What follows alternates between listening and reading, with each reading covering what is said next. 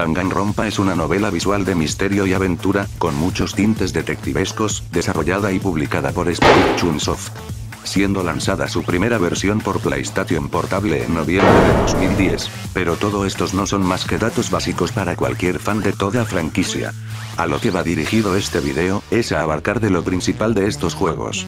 Es decir, los casos o capítulos, o más coloquialmente conocidos como los juicios. Los cuales en los 3 juegos, se ha comprobado un cierto patrón en la narrativa dentro de la formación de sus 6 casos en cada uno. Dentro de estos, existen casos que son más alabados que otros, ya sea porque marcaron un punto de inflexión para los personajes dentro de la trama, o simplemente su calidad de guión. Es por eso que, tomando a consideración los 2 primeros juegos de la saga, es decir, Danganronpa Trigger Bob y Danganronpa Goodbye Despite. Específicamente el caso 4 de ambos títulos, con el fin de compararlos y ver cuál es mejor dentro de mi criterio lo más objetivo posible. Tomando a consideración los siguientes apartados. Manejo de trama, donde analizaremos los acontecimientos del caso previos del juicio como tal. El juicio, donde analizaremos el manejo y los recursos utilizados durante el clímax del caso, es decir, el juicio escolar. Y los personajes, donde analizaremos a los que tomaron protagonismo en el desenvolvimiento de trama de cada caso.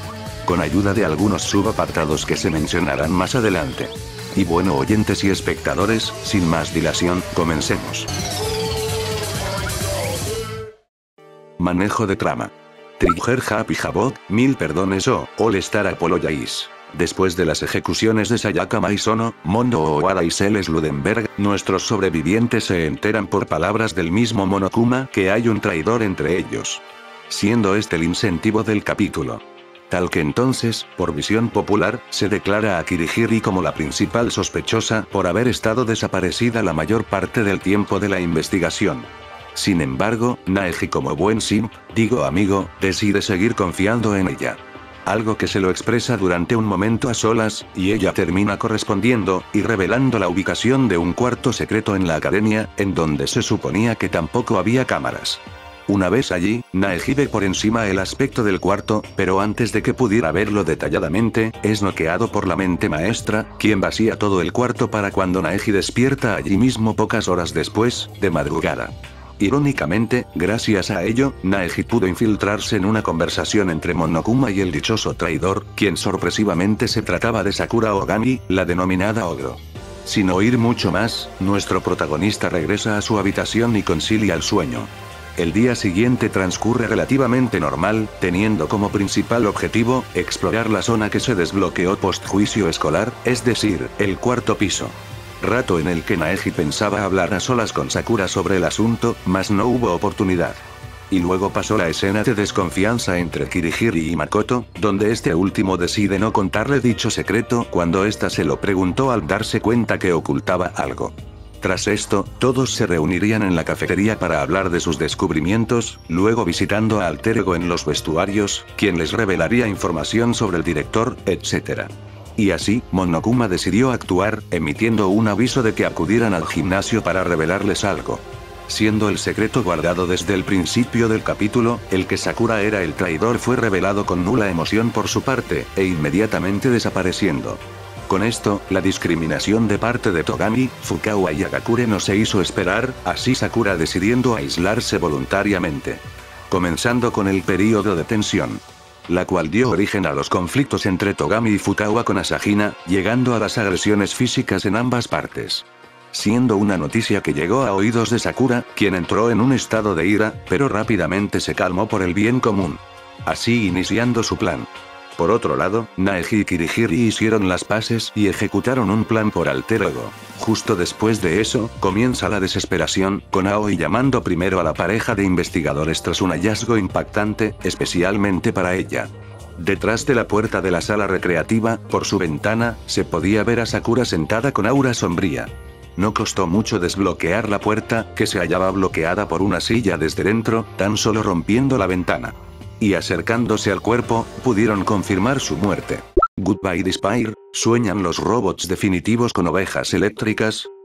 Después de las ejecuciones de Teruteru Namura, Peko Pekoyama y Mikan Tsumiki, nuestros supervivientes son avisados por Monokuma que Nekomarunida ya está recuperado, por lo que el entusiasmo no se hizo esperar, quienes rápidamente acudieron al punto de encuentro. llevándose todos la misma impactante sorpresa de que Nirai había vuelto, sí. Pero con el cuerpo de un robot. Aunque parecía conservar bien sus recuerdos y personalidad. Y así, prosiguieron el día en un modo algo cómico, hasta que Monomi avisaría que había desbloqueado la cuarta isla. Al principio, los sobrevivientes no estarían de acuerdo con explorar esta isla, pues presentían que hacerlo solo ocasionaría un nuevo asesinato. Sin embargo, fueron convencidos por Monokuma de acudir tras contarles que en esa isla encontrarían información valiosa sobre sus recuerdos robados, etc. Tal que, el grupo exploraría el nuevo mapa, que resultaría ser un enorme parque de atracciones. Que contaba desde castillos temáticos, hasta una montaña rusa. Pero, lo que realmente importaba, o lo que Monokuma hacía entender, era la dichosa Casa de la Risa. Una edificación a la que solo podrían entrar todos juntos en un tren. Todos sabían que se trataba de una trampa, pero no tenían otra opción, así que igualmente asistieron. Siendo atrapados en la dichosa trampa, adormeciéndose por un gas, y despertando dentro de dicha edificación. Comenzando así con el verdadero incentivo del capítulo, el juego de escape de dicho lugar bizarro, la casa de la fresa y la casa de la uva. Siendo que la única opción de ayuda que el oso de peluche dio para que los liberara, era el que hubiera un asesinato. Sin más opción, el grupo se separaría en parejas para explorar la zona, descubriendo las funciones de las habitaciones, especialmente de ciertos sitios curiosos como el ascensor, las torres, los dormitorios, una sala mortal, etc. Pero, sobre todo, el hecho de que no había comida. Por lo que el tiempo límite del juego de escape eran sus propios estómagos. Y así pasaron pocos días, explorando el sitio y descansando lo más posible. Separados entre la casa de la fresa y la casa de la uva por la ubicación de los dormitorios. Sumado a que Monokuma decidió establecer una sesión obligatoria de Taiki mañanero todos los días.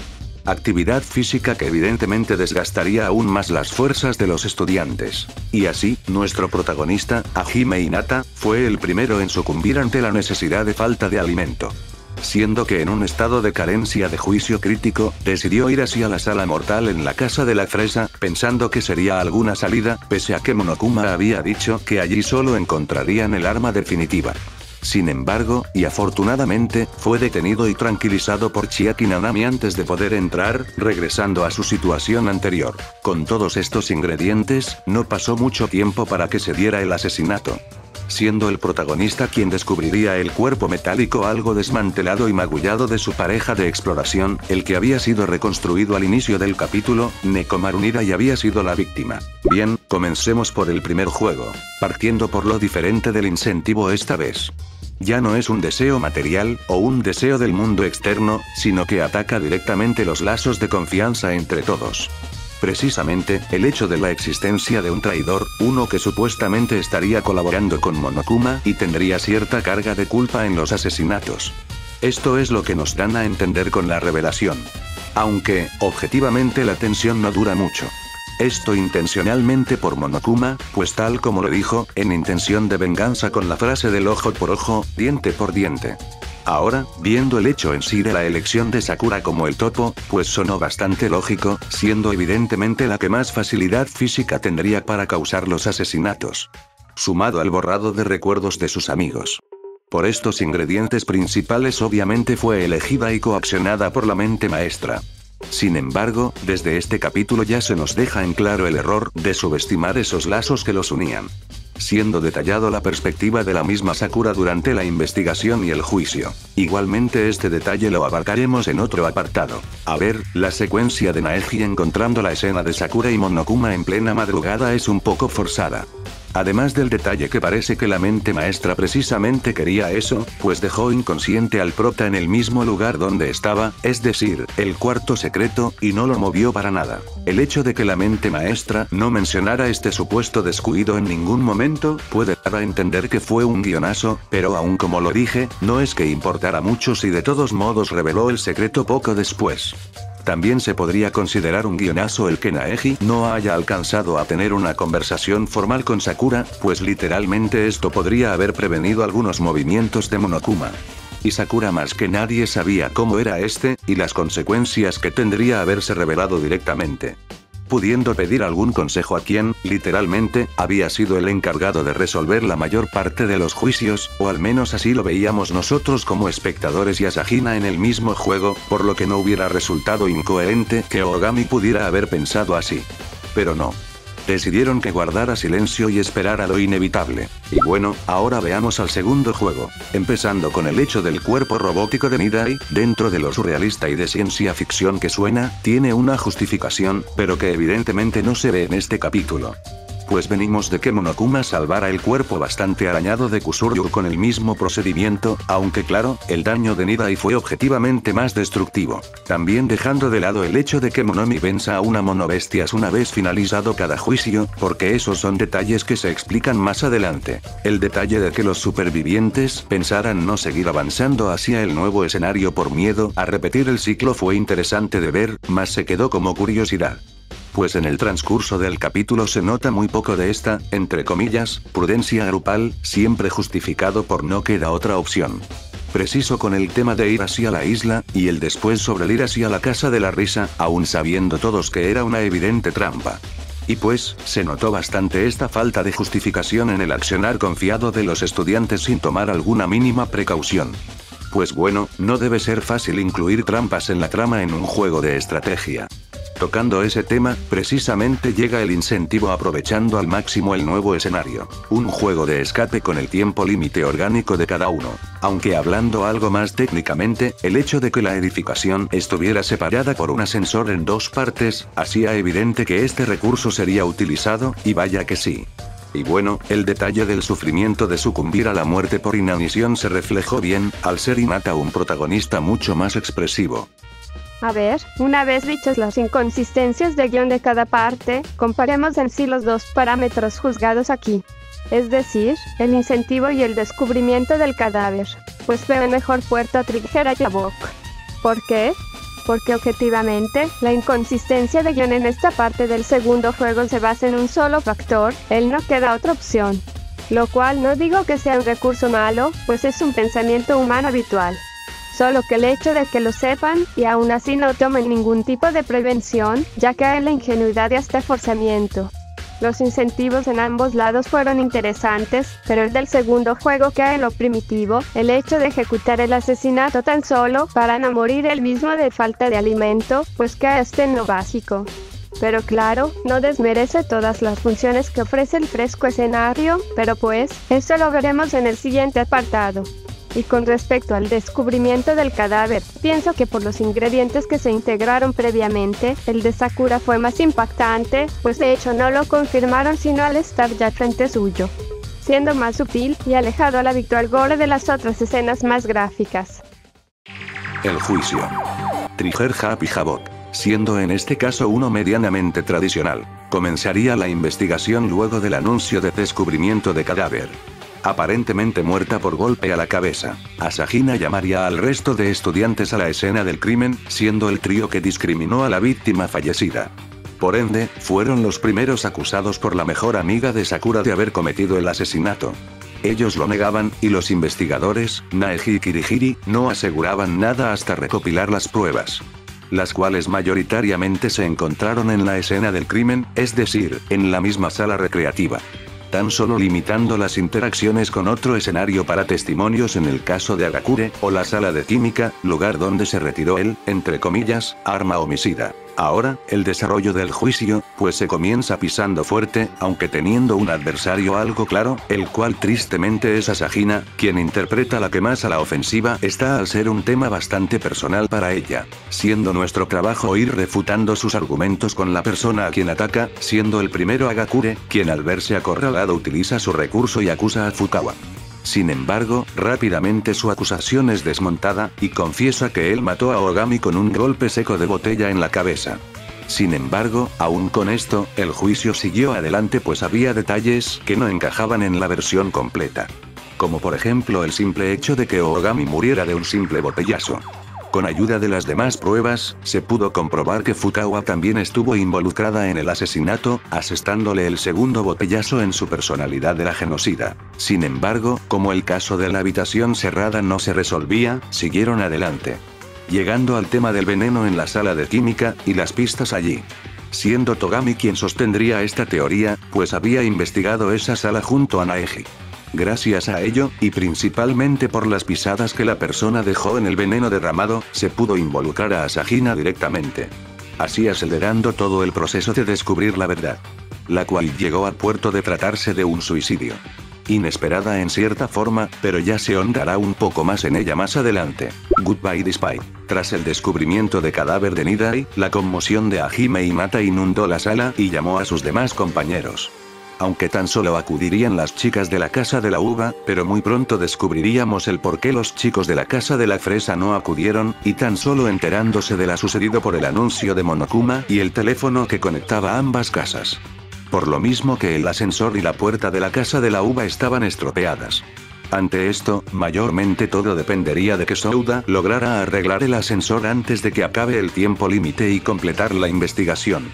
Así, el grupo de la Casa de la Uva investigaría la escena del crimen, mientras que el grupo de la Casa de la Fresa investigaría los acontecimientos previos al asesinato, donde encarnaremos a Nagito Komaeda durante este tiempo. No pasó mucho para que tras reparado el ascensor, pudieran reunirse todos y complementar algunas pruebas en duda.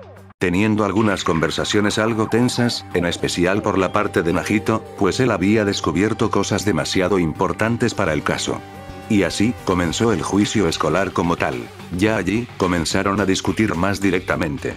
Siendo primero el arma homicida, sus formas, la ubicación de la escena del crimen, hasta revelar la estructura de la edificación. Interviniendo la información nueva de cierto personaje, se revelaría que la verdadera identidad del arma definitiva, la cual sería la propia estructura secreta de la edificación, y solo la sabían quienes superan la sala mortal. Siendo descartado Nagito pues había colaborado con la información. Con esto, procederían a la causa de muerte, la cual hallaron que sería una caída al comprobar precisamente lo anterior, es decir, la funcionalidad de ascensor de la puerta de la torre. Finalizando con el tema del cambio de horas y el ruido sordo, donde se dictaminó al culpable por un detalle pequeño, pero demasiado relevante en este caso, la peculiaridad de los dormitorios de lujo. La cual era que eran habitaciones insonorizadas al exterior, por lo que no oyeron la alarma estridente de la Casa de la Fresa, siendo Gundam Tanaka el único de las 4 habitaciones quien oyó y acudió a la alarma, y por lo tanto, el asesino. Veamos primero Trigger Happy Havoc. A ver, viendo las inconsistencias de guión durante la recreación de los hechos en el juicio, pues la verdad son varios en este caso. Comenzando por el hecho de que la genocida Shou menciona que ella sería incapaz de mover el cuerpo desmayado de Sakura tras noquearla con el botellazo debido a su peso, pero literalmente se conoce a la genocida por sus capacidades físicas sobrehumanas. Onda, esto lo vemos en su máximo esplendor en el spin-off canónico de Danganronpa Ultra Despair Girls. Y dudo bastante que esto haya sido pensado después. Pero bueno, tener a personajes así a veces crea huecos argumentales. También está el detalle de que justo el bote de proteínas que dejó Asahina haya estado por encima del cristal roto de la ventana de la sala recreativa. La verdad que esos detalles insignificantes que a veces aplica Danganronpa en los casos resulta hasta más surrealista de lo que ya es. Y bueno, volvieron a utilizar el recurso de que una persona externa al protagonista lo llamase hacia el cuerpo desesperada, algo que ya se hacía bastante sospechoso desde el caso de Celes que literalmente es el anterior. Por el lado del segundo juego, ya se nos daba pistas sobre el plan que ejecutó el asesino desde el principio. Comenzando con la más evidente, las horas. Pues Monokuma mencionó que nadie había asistido al Taiki ese día, siendo que siempre era a las 7 am. Pero bueno, ese detalle le fue confrontado directamente a Monokuma durante el mismo juicio, por lo que no lo podemos contar como hueco argumental del todo. Otro detalle es que el asesino había estropeado la puerta de la torre desde ambos lados. Un dato vital para revelar el secreto de la edificación de la Casa de la Risa. Pero bueno, tampoco podemos culparlo por esto, pues hubiera sido mucho peor que no lo hubiera hecho. También de ser conveniente que Owari y Kusuryu salieran más temprano ese día. Aunque supongo que se puede justificar como su reloj de rutina natural, algo que no se menciona, pero se puede sobreentender. Adicionalmente, está el hecho de que Nagito tuviera que tener un protagonismo decisivo al ser, entre comillas, el único capaz de superar la prueba completa de la sala mortal. La verdad fue un detalle conveniente, pues nuestro protagonista estaba completamente limitado. Pero bueno, no podemos subestimar las capacidades de Komaeda, pues durante todo el juego ya se nos había planteado una cierta rivalidad entre estos dos. Aunque eso sí, estuvo mal que volvieran a usar el recurso del material roto por encima o debajo del cuerpo para demostrar un hecho, es decir, los fragmentos del pilar por debajo del cuerpo de Nidai para demostrar que fue una caída y no fue aplastado.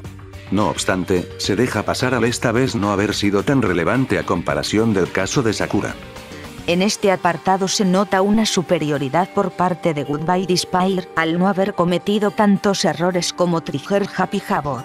Que sí, estuvieron interesantes algunas piezas del rompecabezas, como el envoltorio de caramelo, o las botellas rotas, pero el mismo hecho de que se tratara de un asesinato a puerta cerrada, evidentemente limitó mucho el campo de espacio en los acontecimientos principales. Ahora con respecto a ello, si bien los asesinatos a puertas cerradas son algo trillados, y de hecho se deja claro al Kirigiri dar una pequeña clase explicando los tipos de estos.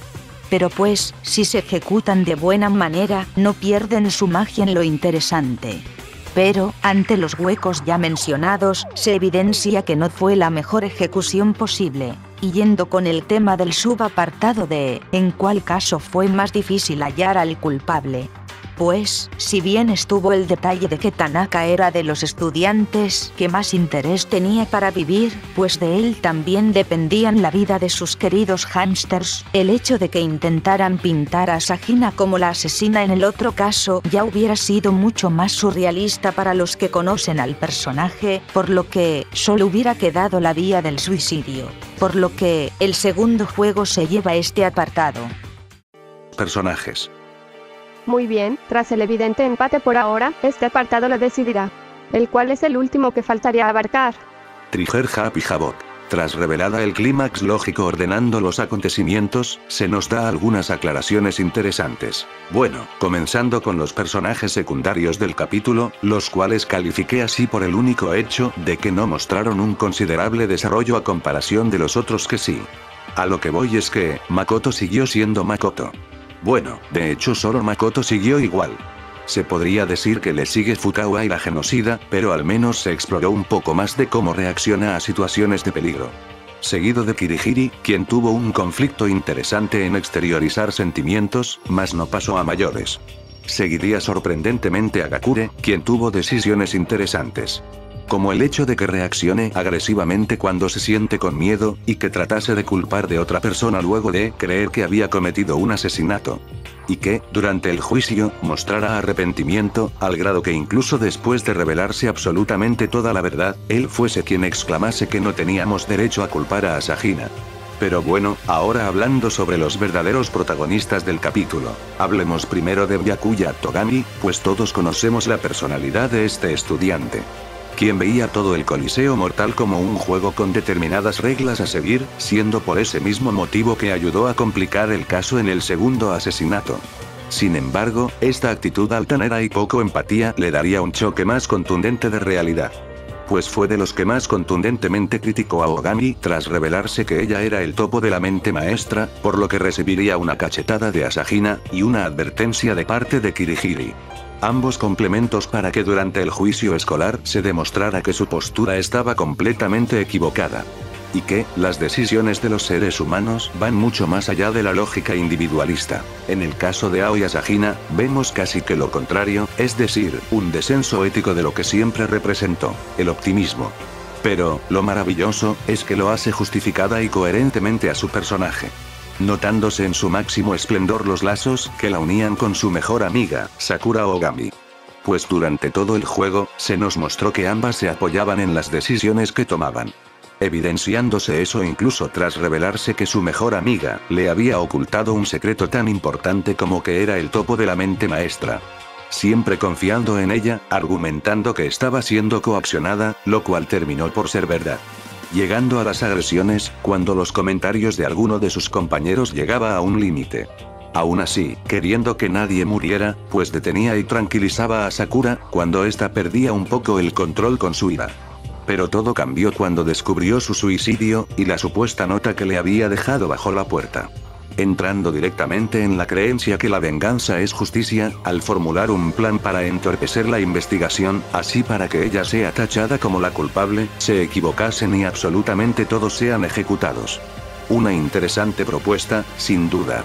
Sobre todo porque, tras verse frustrado su plan, y Naegi y Kirihiri revelasen la verdad, ella no mostró arrepentimiento sino hasta que Monokuma mostró la auténtica carta de suicidio de Sakura. ¿Por qué? Pues porque ella no estaba cumpliendo un deseo egoísta, sino estaba cumpliendo la de otro, pues ella misma también se declaraba culpable y por eso consideraba que ella también merecía morir. Ahora, con respecto a la principal, Sakura Ogami. Pues al fin se nos es revelado su postura ante toda la situación, pues siempre se nos había mostrado su expresión seria y estoica. Sin tomar mucha participación durante las investigaciones o juicios anteriores, tan solo colaborando cuando se le pedía. Esto se explica porque básicamente ella estaba actuando como un mero espectador al retener su orden de causar un asesinato. Esto pues no solo tenía su fuerte amistad con Asahina, sino que veía la esperanza suficiente en sus demás compañeros sobrevivientes, es por eso que expresaba que lo que más deseaba como último deseo es que precisamente sobrevivieran, tal y como lo confesó en su auténtica carta. Pero, que evidentemente actuó consecuente inicialmente tras recibir el desprecio de 3 de sus compañeros. Sin duda, un personaje muy maduro. Goodbye Despite. Ahora hablando del segundo juego. Pasa algo similar, excepto que aquí se reparte de un modo un poco más desproporcionado la relevancia de los personajes, siendo que tienen su papel sí, pero básicamente todo se reduce al momento del juicio escolar. Podríamos decir que el más irrelevante en este caso fue Akane Owari y Fuyuhiko Kusuyu, pero tampoco se podría decir así, pues realmente ayudaron con información importante, más no con acciones como tal. Aunque fue interesante que plantearan una conexión entre estos personajes, pues como sabemos, comparten una pérdida y una culpa. Le podría seguir Chiaki Nanami, pero realmente se mantuvo firme como el soporte del protagonista, Hajime Hinata, quien en este capítulo es golpeado física y psicológicamente. Hablando ahora de este, lo vemos en distintas facetas a lo largo de las situaciones que le acontecen. Desde preocupación como sus demás compañeros, luego pasando por el terror y desesperación de estar al borde de la muerte por inanición, hasta la ira por la segunda y definitiva muerte de su amigo. Sin duda, es alguien mucho más directo y emocional que Naegi, alguien mucho más humano, pero bueno. Nagito Komaeda pues, es Nagito Komaeda. Si bien desde el primer juicio conocemos su verdadera personalidad, en este capítulo se empieza a notar su lado más perverso, al cambiar su pensamiento de que no le importaría morir de cualquier forma, a considerar su vida superior al resto una vez que se hace con los conocimientos tras completar la sala mortal. Le podemos notar una actitud mucho más engreída, en especial con el protagonista, Hajime Hinata, casi como decepcionándose de quien consideraba un rival. En este capítulo simplemente sembró lo que recogería en el siguiente capítulo. En el caso de Sonia Nevermind, mostró un desarrollo pasivo, pero considerable. Sin embargo, la considero de los personajes principales del capítulo, pues de un modo similar a Asahina, tuvo relación con el ejecutado, sumando positivamente a su evolución. Tal que, como se nos había dado guiños en los anteriores capítulos, la relación entre Sonia y Gundam Tanaka, pues en este capítulo vaya que se notó la preferencia de la princesa definitiva. Aunque se notara como una forma de ignorar a Souda, la verdad que las veces que interactuaban se notaba muy orgánico. Y pues, precisamente Sonia fue quien mejor interpretó el mensaje final de Tanaka, recordándolo hasta el final del juego. Con respecto a Nekomaru Nidai, pues, siempre lo vimos con esa actitud optimista y enérgica. Fungiendo tal y como su talento, se tomaba de un modo profesional el ser el entrenador definitivo. Siempre preocupado por sus compañeros. Por esto y la naturaleza de su talento, desarrollaría una relación con Akane. Aportando lo suyo durante los juicios, pero sin mucha relevancia mayor. Sin embargo, todo cambiaría cuando al inicio del capítulo 3, sacrificaría su cuerpo para proteger a la propia Akane del ataque de Monokuma, tras haber sido provocado en una pelea innecesaria. Así sería llevado al hospital de Monokuma para intentar salvarle la vida. No lo volveríamos a ver sino hasta el inicio de este capítulo, donde se mostraría con su nuevo cuerpo robótico gracias al oso de peluche. Dándonos el mensaje de que, no le importaba lo que le pasase a su cuerpo, sino el simple hecho de que podía hablar con el resto y ayudarlos. El sacrificio siempre fue su mayor virtud. Finalmente, hablemos del protagonista del capítulo, el asesino, Gundam Tanaka. El criador definitivo, excéntrico como él mismo. quien tenía a sus queridos y entrenados 4 hámsters, como prácticamente extensiones de sus sentidos. Sin embargo, a pesar de tener un gran potencial por la misma naturaleza de su talento, él decidía no involucrarse mucho en los problemas, manteniendo un perfil bajo en los anteriores casos, pero aún así colaborando con pruebas importantes. No obstante, esto cambiaría ante el evidente peligro que significaba el juego de escape en la Casa de la Risa. Pues, aún después de superar la sala mortal, no hallaba una salida clara. Por lo que, con la voluntad de Nidai, cometió el asesinato. Ahora bien, ¿qué tanto progresaron los personajes objetivamente? Pues, siendo honesto, es el apartado más reñido a analizar. Pues en ambos casos hubieron revelaciones tras encajar los acontecimientos y el mensaje posterior que se nos transmitió, y a ellos. La sonrisa antes de la muerte. Símbolo de un sacrificio. Siendo dos tipos diferentes de sacrificios, pues si bien en ambos murieron los anfitriones, en el caso de Tanaka, se involucró a un tercero, Nidai. Alguien necesario para que se cumpliese el término de asesinato. Si bien, como mencioné, en ambos se los recuerda, en especial en la memoria de algún personaje. Creo que todos estaremos de acuerdo en asegurar que el caso de Sakura fue algo más trascendental. Por lo mismo que, si bien su reacción fue por un engaño de Monokuma, no quita el hecho de que vimos a un personaje como Aoi Asahina atravesar de los momentos más fuertes que alguien en Danganronpa haya atravesado. Es decir, cuando la venganza y la culpa están en su estado más puro, ni siquiera te importa tu propia integridad, simplemente cumplir el objetivo. Y el increíble choque con la realidad de saber que el verdadero mensaje de Sakura fue todo lo contrario, uno de completa esperanza, reformó el pensamiento de Asahina profundamente. Si bien en ambos casos, murieron para salvar o ayudar a sus demás compañeros, objetivamente, el mensaje de Sakura impulsó de forma más directa y sincera lo que realmente sentía, siendo los subapartados, importancia y fin de ciclo. Los que redondean la evolución de Sakura, como el agente de Monokuma que en lugar de ocasionar desesperación, dio esperanza, la que se lleva este apartado. Y le da la victoria al caso 4 de Trigger Happy Havoc en esta comparación. Así finaliza el video, esperando haya sido de su agrado, en especial a los fanáticos de esta franquicia que últimamente me envicié. Sin más, Angulo Adjot se despide.